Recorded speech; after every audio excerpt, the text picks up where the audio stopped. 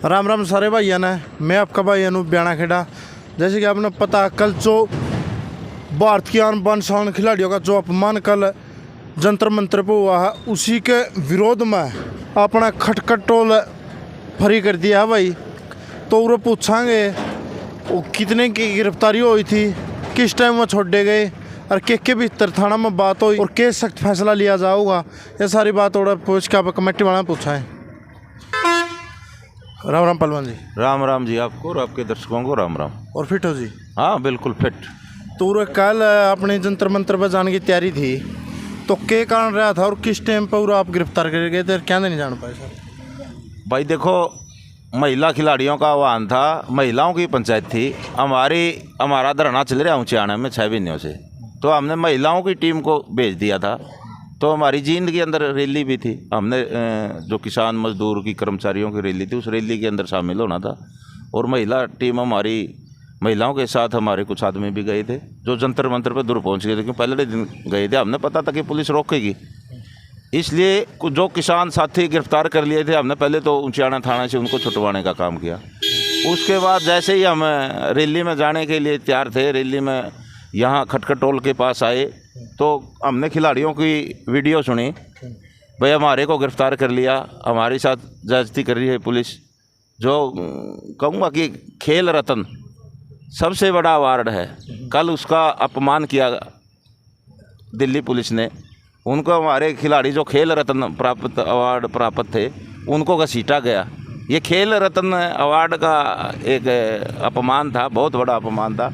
तो देश का प्रधानमंत्री सोया पड़ा, गृह मंत्री सोया पड़ा है, उसको जो ब्रजभूषण शरण है उसको तो बचाना चाहता है, जो दोषी है, जिन्होंने अपराध किया है यौन शोषण का, जिस पर पास्को एक्ट लगा हुआ है। पास्को एक्ट के अंदर कानून में प्रावधान है कि जैसे ही लड़की के बयान हो जाते हैं तो अपराधी की गिरफ्तारी हो जाती है, लेकिन वो संसद में जो उद्घाटन है उसके सम्मान समारोह में उसमें शामिल होता है। बड़े दुर्भाग्य की बात है, देश के लिए लोगों ने सोचना चाहिए। और जैसे ही उनकी कॉल आई महिलाओं की, तो हमने खटखट टोल को फ्री करवाने का काम किया।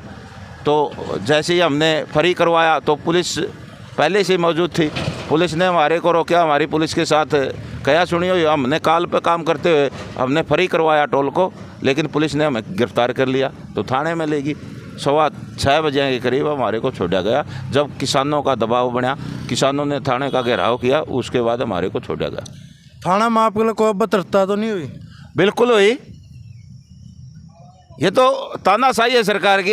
हमारे को यार, जब हमारे लत्ते तरह के ना हालात में बंद कर दिया अपराधियों की तरह, हम तो कहो भाई SHO ने, DSP ने, भाई इतनी ताकत है तुम्हारे अंदर, ब्रजभूषण को गिरफ्तार कर लेना है और खेल मंत्री संदीप को कर लेना है जो बलात्कार के दोषी है।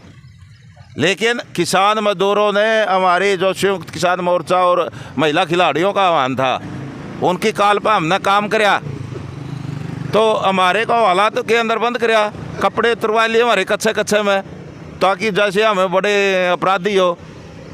ये इससे बड़ी तानाशाही की होगी। और आज भारत का एक दुर्भाग्य है, जो देश की बेटी हिंदुस्तान का जीती विदेश में झंडा ऊंचा रखा नहीं है, वहाँ तो आज रोडा में बाल पकड़े के सीटी जावा है, कॉलर पकड़े जावा है, वो बदरता हो रही उनके साथ कि आप वीडियो भी नहीं देख सकते। बताना तो बहुत बड़ी बात।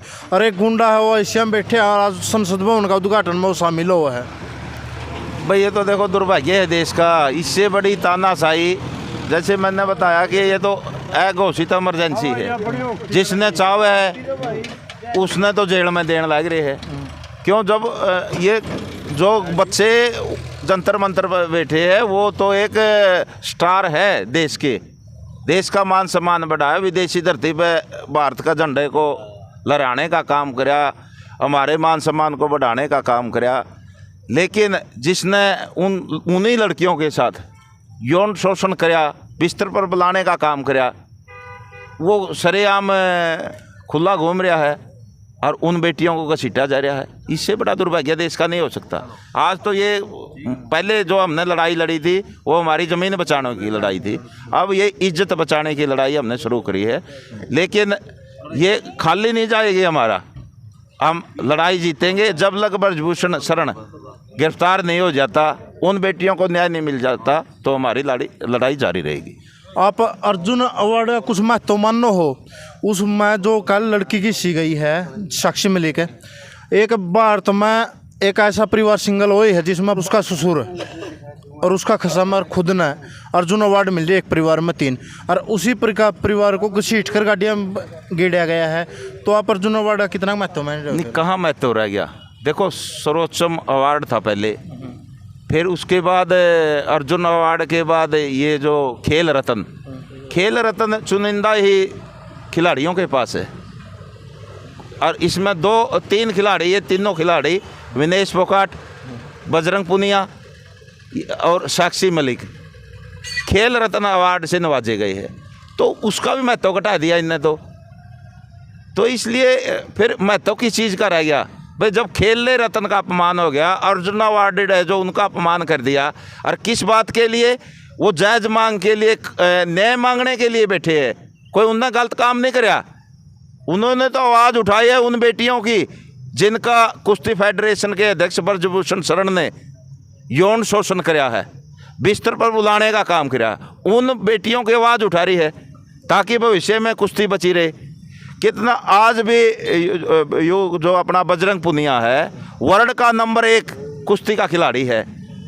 वर्ल्ड में नंबर 1 आना छोटी बात नहीं है, लेकिन इस सरकार को क्या पता। इन्होंने तो कह दिया ब्रजभूषण ने, तो ब्रजभूषण शरण है कि जो मेडल ले आए हो 15-15 के, मेडल की भी कीमत लगा दी। तड़के ने राष्ट्रीय ध्वज की कीमत लगा देगा।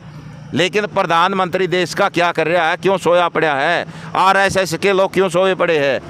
क्यों गृह मंत्री सोया पड़ा है? क्या मजबूरी है उन लोगों की? उन्होंने अपनी जबान खोलनी चाहिए और इस दरिंदे को, ब्रजभूषण शरण को गिरफ्तार करके जेल में डालना चाहिए। ब्रजभूषण बोल रहा है कि मैं 11 लाख साधुओं ने इकट्ठा करूँगा।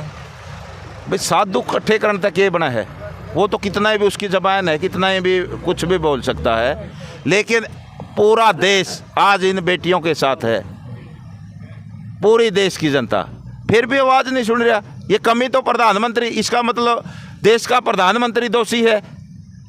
उस विनेश फोगाट ने बताया भाई ये जो यौन शोषण की बात थी वह प्रधानमंत्री को मैंने बताई है, लेकिन प्रधानमंत्री ने कह दिया खेल मंत्री से मिल।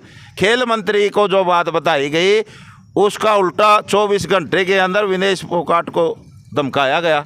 ये तो सरकार की तानाशाही है, ये सरकार का रवैया, जबकि उस पर एक्शन लेना चाहिए था, लेकिन एक्शन लेने के बजाय उल्टा उसी को दबाने का काम किया।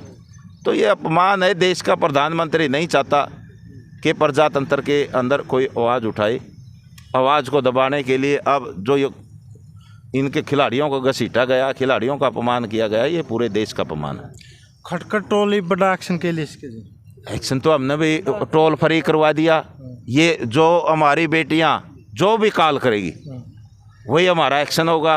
वो कुछ भी कॉल कर दो, जो भी उनके मुंह से निकल जाएगा हमने, क्योंकि संयुक्त किसान मोर्चा ने और खाप पंचायतों ने उन बेटियों पर छोड़ रखा जो उनकी कमेटी बन रही है खिलाड़ियों की। भाई जो आप फैसला लोगे हम आपके फैसले फूल चढ़ाने का काम करें और लोगों में लागू करवाने का। उन्होंने फैसला लिया भाई हरियाणा के अंदर और देश के अंदर टोल फ्री करवाई जाए, जब लगा हमें न्याय नहीं मिल जाता, इसलिए खटखट टोल आज उनको न्याय दिलाने के लिए, जब लग ये फ्री रहोगा, जब लग उनको न्याय नहीं मिल जाता, जब लग उनकी तरफ से कोई कॉल नहीं आ जाती, जिस प्रकार की भी कॉल का वो फैसला करेंगे हम उनकी बातों में फूल चढ़ाने का काम करेंगे और लागू करवाने का काम करेंगे। खटखट टोल की सारी कमेटी आज जो आसपास के गांव सब इकट्ठे हैं? बिल्कुल, सारे भाई इकट्ठे हैं। ये को किसी की अपनी लड़ाई नहीं है, ये देश के मान सम्मान की लड़ाई है, देश की बेटियों की लड़ाई है, इसलिए सारा पूरा इलाका एक है, हम सब एक है। भाई यूँ तो यूँ भारत का दुर्भाग्य है, जब बैंक पैड के देखा था 2016 ओलंपिक में, जो आज ओड़ा कल बेटी की सीटी गई, बाल पकड़ कलर पकड़ वह बेटी ने पहला ओलंपिक मेडल दुआ था भारत का 2016 में। आज उस ओलंपिक मेडल की भी इज्जत है। तो आप ज़्यादा कुछ कंधे को दोबारा जो कुछ रिपोर्ट आओगी जरूरत है तो आप दोबारा फिर सीधा पहुँचाने का काम कराएंगे। इतना ही नहीं शब्दों के साथ जय हिंद, जय भारत।